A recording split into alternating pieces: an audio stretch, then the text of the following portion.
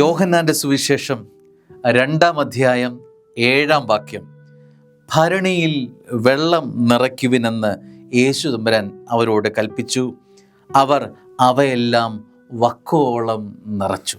മനോഹരമായ ഒരു വചനഭാഗമാണ്. കാനായിലെ കല്യാണ വിരുന്നിനിടയിലുള്ള ഒരു വേദഭാഗം. കല്യാണ വിരുന്നിനിടയിൽ വീഞ്ഞ് തീർന്നു പോകുന്ന അനുഭവം. അമ്മയും ശിഷ്യന്മാരും അവിടെ ഉണ്ടായിരുന്നു. ഈ വലിയ വേദനയുടെ അനുഭവത്തെ തരണം ചെയ്യാൻ അമ്മ സഹായിക്കുകയാണ്. യേശു തമ്പുരാനെ ഇടപെടണമേ എന്ന് ചോദിക്കുകയാണ്. യേശു തമ്പുരാൻ പറഞ്ഞു, അവൻ പറയുന്ന പോലെ ചെയ്യാൻ. അവൻ പറഞ്ഞതുപോലെ ചെയ്തു, വക്കോളം നിറച്ചു. ന്യായമായൊരു ചോദ്യമാണ്. ഈ വെള്ളം ഇവിടെ മുൻപില്ലായിരുന്നോ? ഈ കുടം ഇവിടെ നേരത്തെ ഇല്ലായിരുന്നോ? എല്ലാ സാഹചര്യങ്ങളും ഇവിടെ മുൻപ് ഉണ്ടായിരുന്നതാണ്. വ്യത്യസ്തമായിട്ട് ഇവിടെ ഉണ്ടാകുന്നത് അവൻ പറഞ്ഞു എന്നത് മാത്രമാണ്. ഈ കിണറും ഈ കപ്പിയും ഈ കുടവും ഈ സാഹചര്യങ്ങളും ഈ ഭവനവും എല്ലാം ഇവിടെ ഉണ്ടായിരുന്നു. എന്നാൽ അവൻ പറഞ്ഞപ്പോൾ ഇതിൽ വ്യത്യാസമുണ്ടാവുകയാണ്. അവൻ്റെ വാക്കാണ് ഇവയിൽ വ്യത്യാസമുണ്ടാകുന്നത്. കർത്താവിൻ്റെ വാക്കിൻ്റെ പവർ, ഈശോയുടെ വചനത്തിൻ്റെ ആഴം, വലിപ്പം നമ്മൾ തിരിച്ചറിയണം.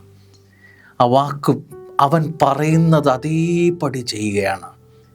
എന്താ, കുറച്ച് പകുതി നിറച്ചാൽ പോരായിരുന്നോ? ചോദിക്കാമായിരുന്നു. 3/4 ഭാഗം നിറച്ചാൽ ചോദ്യങ്ങൾ എവിടെയില്ല. അവൻ പറയുന്നത് അപ്പാടെ അനുസരിക്കുമ്പോൾ, പറയുന്നത് അപ്പാടെ നീ ഏറ്റെടുക്കുമ്പോൾ, സംശയത്തിനോ ചോദ്യങ്ങൾക്കോ സ്കോപ്പില്ലാതെ അവിടെ പൂർണ്ണമായ ഒരു അനുസരണം, വിധേയപ്പെടലിന് ഞങ്ങൾ എത്ര കമ്പി കണ്ടിട്ടുണ്ട്, ഞങ്ങൾ എത്ര കിണറ് കണ്ടിട്ടുണ്ട്, ഞങ്ങൾ എത്ര കാര്യങ്ങൾ ചെയ്തിട്ടുണ്ട്. സ്വാഭാവികമായ നമ്മുടെ മനസ്സിലെ ചോദ്യങ്ങളാണ്. ഇവിടെ ക്രിസ്തു പറഞ്ഞു, അതനുസരിച്ചു, അവിടെ അത്ഭുതമുണ്ടാവുകയാണ്. ജീവിതത്തിൽ അത്ഭുതമുണ്ടാകാൻ ആദ്യം വേണ്ടത് എന്താണെന്നറിയാമോ? കർത്താവിനോട് ചോദിക്കുക. അവൻ പറയുന്നത് കൽപ്പം പോലും ശങ്കയില്ലാതെ അനുസരിക്കുക. അനുസരിക്കുമ്പോൾ അവിടെ അത്ഭുതമുണ്ടാകും.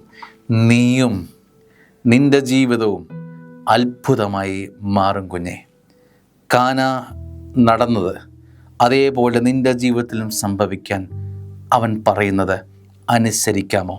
അനുസരിച്ചാൽ അത്ഭുതം ഉറപ്പ് 100 വട്ടം. ആമേൻ.